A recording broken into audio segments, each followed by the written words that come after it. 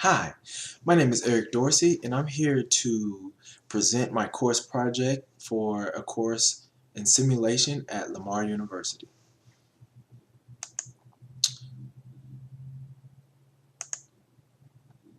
For this project, we are to use the arena simulation to model a current process. Now, with this model, we will be able to analyze the current process and we'll be able to identify the ways to improve the current process. After identifying this and showing the data and being able to show how we've been able to improve these processes, then we'll be able to make the suggestions to the key holders and the decision makers to be able to positively impact the current process by using the visualization that arena simulation allows us to do. Now, the process that I'm studying is for a manufacturing facility, for a manufacturing company that I personally work for. This is a manufacturing company here in Houston, Texas, and we're going to call this company HPC. At HPC, we manufacture a wide variety of machines and products. The product lines that we are going to analyze today use the paint booth at the facility. Now, we manufacture compressors, blowers, aerators, and air dryers, and they all have to go through the paint booth. The unfortunate thing is, with a system that is so dynamic with all of the products that we use, all the different production times with all these different product lines, we see a bottleneck in the paint booth. This is unfortunately goes against all of the lean principles that we try to implement into our systems. So with this project, I was able to study and model the current paint process and all the variables that are introduced into this process. The objective of this project is to eliminate those bottlenecks that are in a paint booth and to increase the resource utilization. Because unfortunately, with the dynamic production that we have in this facility with all these different product lines, we are either underutilized or we have a bottleneck and we have a lot of waiting on our parts to be painted and through the paint system. Now here is the process flow chart. Now when the products come off of the different product lines, they all go to the paint booth queue. Now the units are delivered to the paint booth queue from the different product lines, and then they go from the queue to the paint prep, where there are a variety of different paint prep practices that are utilized in order to prepare the units for paint. Then they go to the paint booth to be primered, then painted, and then after they come out of the paint booth, then they have to go into inspection. Now, once they've passed inspection, then we give them what we call a green tag, which is quality assurance way to say that everything on the unit is okay. Then it leaves the paint system. However, if quality sees the need for a touch-up, we then have to touch up the unit with paint and then send it through the quality inspection again. And hopefully this time it passes. Now, that process flow chart was modeled in Arena, and this is the way that I ended up modeling that process. So here we see that I've used create modules to create the different entities and bring them into the system. Then I used the assign module to assign the different times and the different process times and the different attributes and variables that each entity has. As I spoke before, all of these products that come off the different lines have different attributes and different variables that are specific to each entity. So from there we go and we're ready for the paint. Now in this process, there are no conveyors, but we do use forklifts to get them in and out of the paint booth from different stations and different areas within the paint system. Now, for this paint process, we have one painter, a paint helper, and a paint booth as our resources. And after that, we utilize inspectors from the quality assurance department. So as you can see, after the attributes are assigned and it runs to the paint booth queue, it enters the paint system. From there, as we spoke previously on the flow chart, it enters the paint prep. From the paint prep area, we use a forklift to bring it to the paint booth. Then it goes through the process of primering and painting the unit until we have to bring it out of the paint booth with a forklift and take it to the final inspection. From final inspection, that's when the quality assurance comes and they pass it or they fail it. If it fails, then it has to go to paint touch up, and then we look at it again. And if it does pass indeed this time, then it leaves the paint process. Now here, we'll be able to watch the animation of this process that I just described from the flow chart and from the arena model. Now in this animation, you'll be able to see the entities, which are the different parts and pieces and products that we will paint in this paint booth system. We'll be able to see the resources. We see that we have the paint helper, we have the painter in the paint booth, we have the paint booth, and we have inspector. For the transporters, we have forklifts, and as you can see here, we have the distances between the different stations for the forklift to drive through. And then we also will see the queues. This is the paint prep area, and this is the inspection area where the inspector will be able to inspect the product.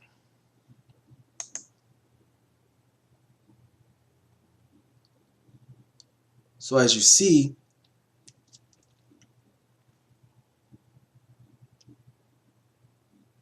this is the whole entire process from the entities entering the system, and here they enter the system from the production line, and this is the queue for the paint process queue.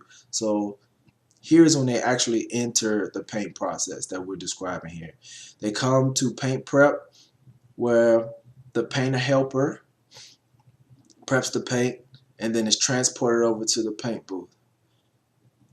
When the paint booth is seized and when the paint booth is in use, we see this green light. That's what we want. We want to utilize this. We don't want this orange light because that shows that we're idle. And when these resources are sitting, that shows that they're idle as well. What we want them standing, we want them working, we want that paint booth utilized, so we want to see that green light. And we don't want to see a lot of stuff in these queues. But as we can see from this animation, there's a lot of sitting going on here. There's product coming in slowly, but we see a lot of sitting. And as we can see, we have a lot of waiting here to enter the system. So that means that we're not utilizing our paint helper. But as you can see, our painter's pretty busy. So we need this paint helper. We need him or her to prep the part so our painter doesn't have to do it.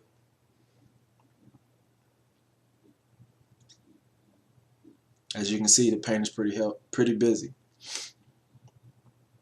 But our paint helper, he got time to watch YouTube on his phone, and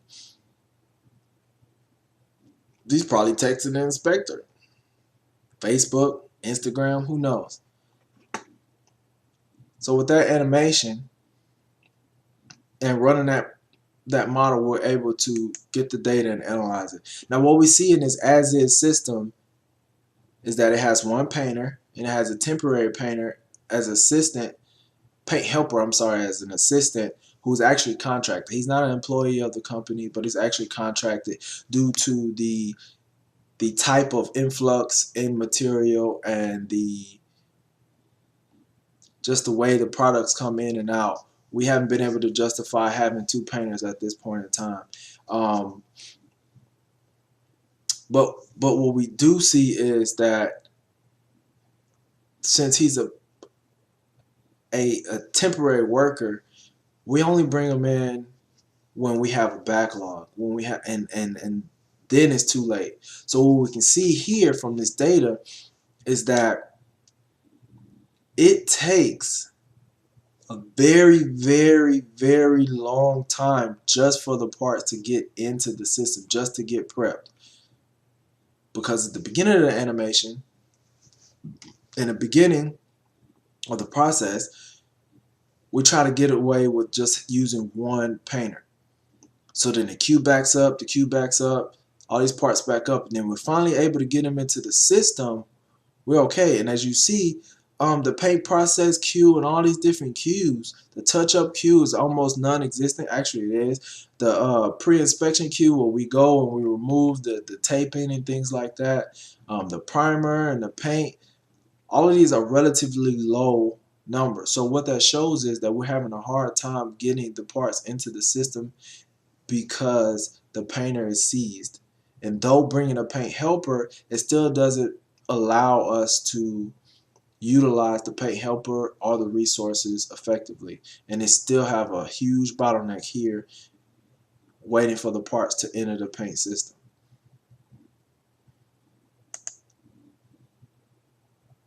Now, and able to quantify that, as we just talked about, we get about 125 entities in, but only 25 leave due to that long draw out waiting for the parts to enter the paint prep area. And that's only about 20% of the entities that enter the system that make it out. The average amount of time that the entities take to leave the system is 16 hours. We work hard to get them built, and then we have to wait for them to make it all the way through the paint system so we're able to ship material out to these customers that are waiting on their product. Now, as we just said, we have 25 units into the system. Now, we saw that the painter looked really, really busy. We can see here, with of the 25 units, he was able to work on 80 of them.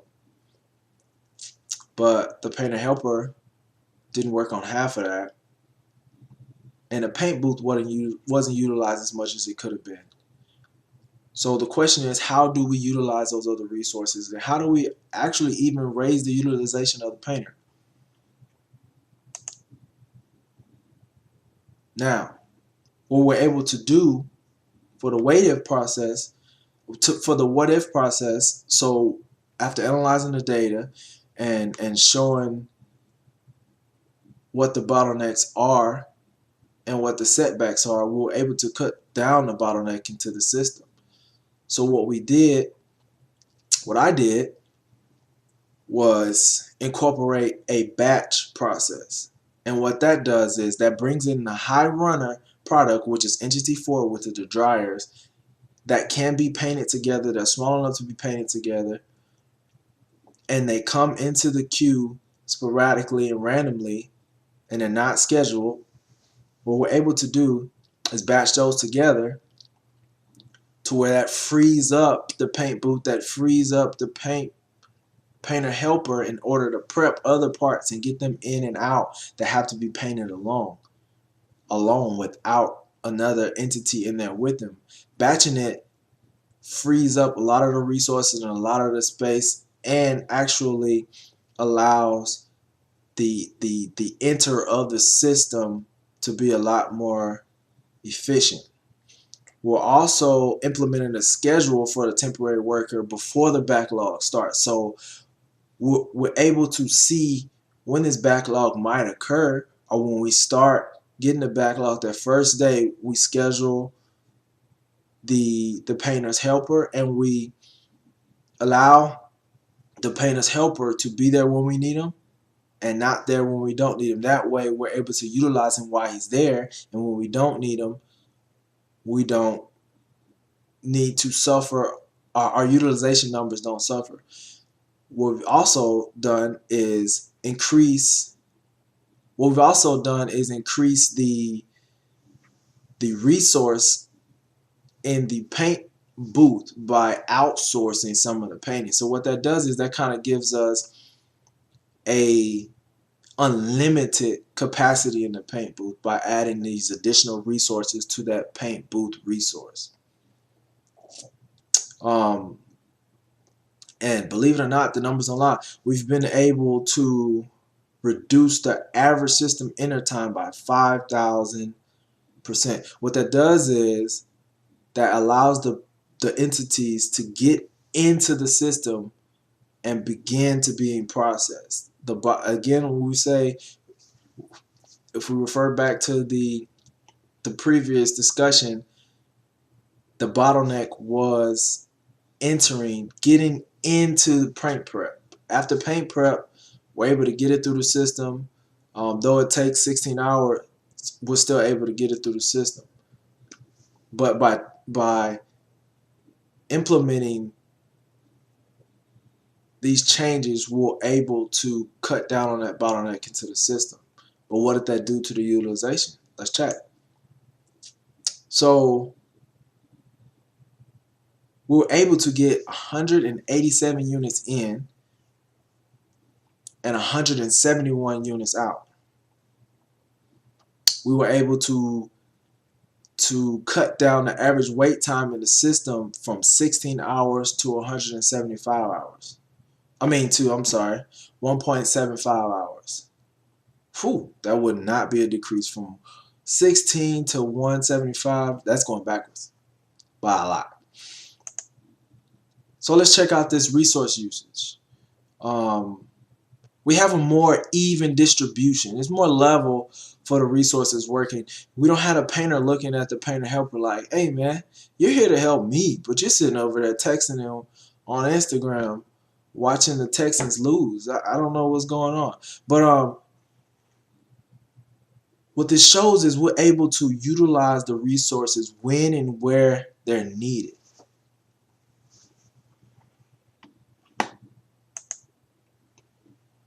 So did we make improvements?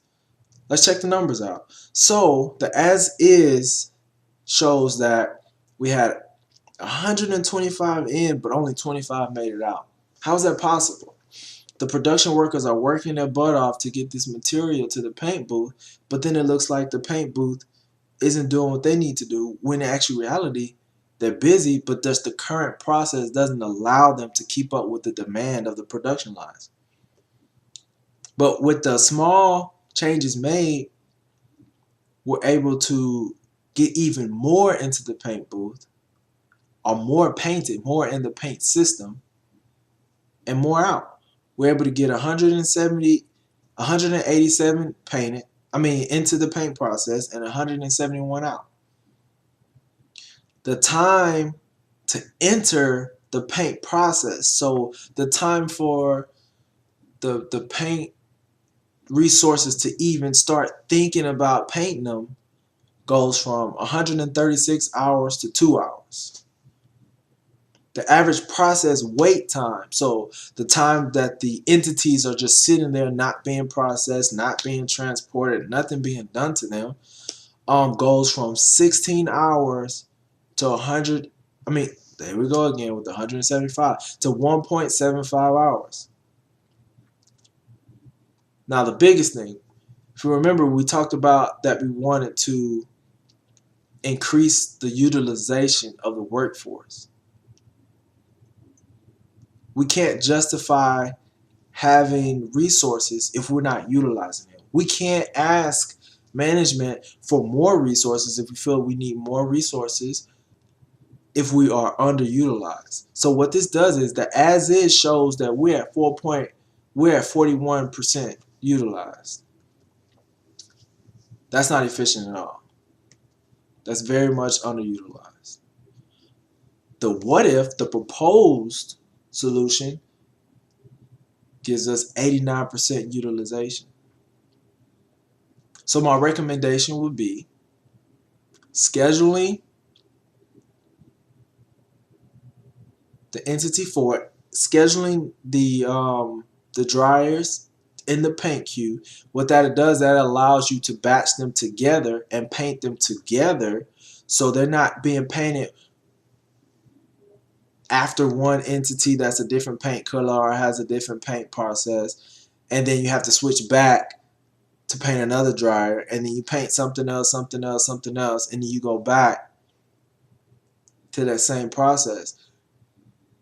The other entities have different processes, time, and different paint colors. However, the dryer is a standard product, so the processing time are a lot more consistent and at the same paint system. Therefore, you're able to batch them together and actually use all of the capacity of the paint booth. Another suggestion would be to outsource as much as you can. That way, we're able to keep up with the production line. If we're not painting stuff, we're not shipping stuff, we're not shipping stuff, we're not making money. So this will conclude my course projects presentation. Thank you.